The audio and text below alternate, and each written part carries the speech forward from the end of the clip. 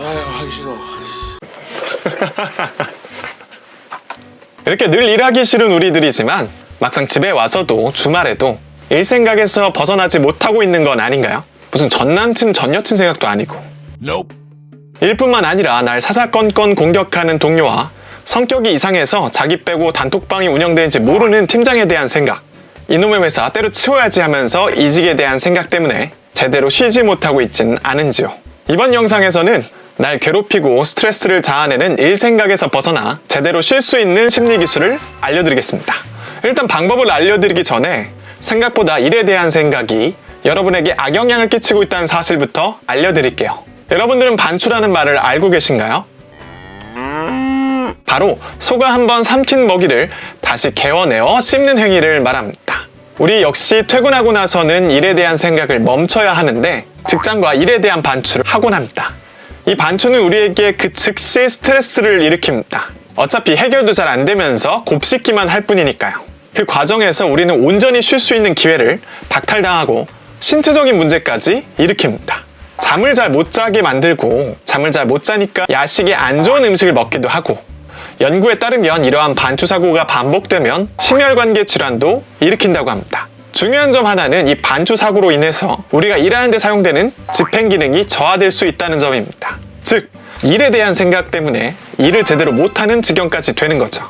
문제점을 알았으니 이제 해결로 바로 가보도록 하겠습니다. 첫 번째는 분리. 우리가 일에 대한 생각에서 벗어나기 위해서는 자기와의 굳은 약속이 필요합니다. 크게 4가지 분리에 대한 약속이 필요하죠. 첫 번째는 시간, 두 번째는 공간, 세 번째는 옷, 네 번째는 알람입니다.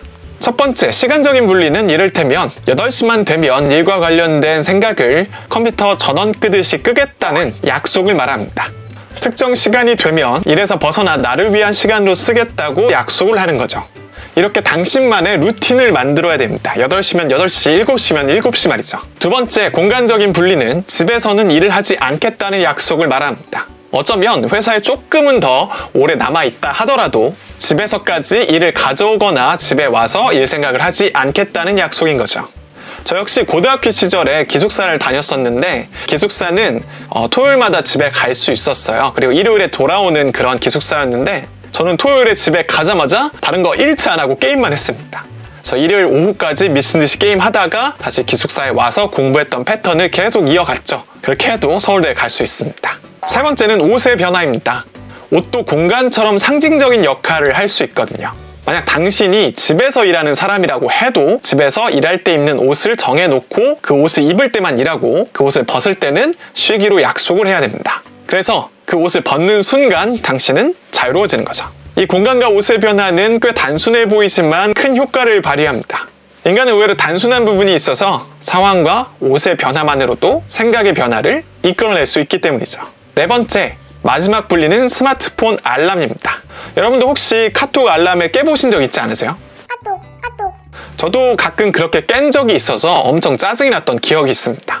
근데 몇 번 깨고 나서는 방해 금지 시간을 정했어요. 11시 반 이후에는 알람이 안 울리도록 조정을 해놨죠. 그리고 일로 연락 오는 채널도 10시 이후에는 다음날 확인할 수 있도록 조작해놨습니다. 이렇게 알람 시간을 정하는 것만으로도 여러분들은 일에 대한 생각에서 어느 정도 벗어날 수 있습니다. 진짜 중요한 거는 전화를 할 거예요. 그러니까 걱정 안 하셔도 돼요. 이에 더해 매일 역시 스마트폰 연동을 끄거나 아예 알람을 끄고 어차피 일은 회사에서 할 거니까 메일 앱을 지우는 것도 한 가지 방법입니다. 가능하다면요. 두 번째 큰 줄기는 전환입니다. 그럼에도 불구하고 일에 대한 생각을 떨칠 수가 없다면 생각의 전환 기술을 써야 합니다. 답이 없는 생각에서 답이 있는 생각으로 말이죠. 여기서 답이 없는 생각이란 언제 다 하지? 일 더럽게 많네. 김팀장 진짜 개짜증난다. 걔 꼴도 보기 싫은데. 이 생각엔 답이 없을 뿐만 아니라 편하고 즐거워야 할 지금의 기분도 망쳐버리죠.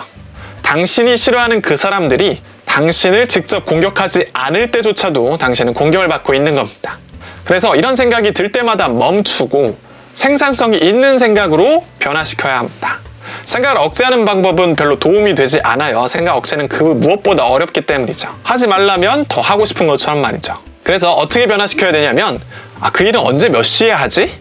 어떤 스케줄 빼고 이걸 넣을까? 팀장 휴가 때 최대한 방해 없이 일하고 그 사람 휴가 갔다 오면 나는 곧바로 휴가를 쓰자 등의 컨트롤 가능하고 나에게 도움되는 방향으로 생각을 전환해야 합니다. 네, 오늘은 일 생각에서 벗어날 수 있는 방법에 대해서 알아보았습니다. 이 내용은 제가 존경하는 심리학자 가이 윈치 박사의 테드 How to Turn Off Work Thoughts During Your Free Time을 참고했습니다. 아마 예상 댓글로 일이 겁나 많아서 생각 안 할 수 없음 이라는 게 달릴 텐데, 맞아요. 우리가 일 생각에서 벗어나려면 일 자체가 적어야겠죠.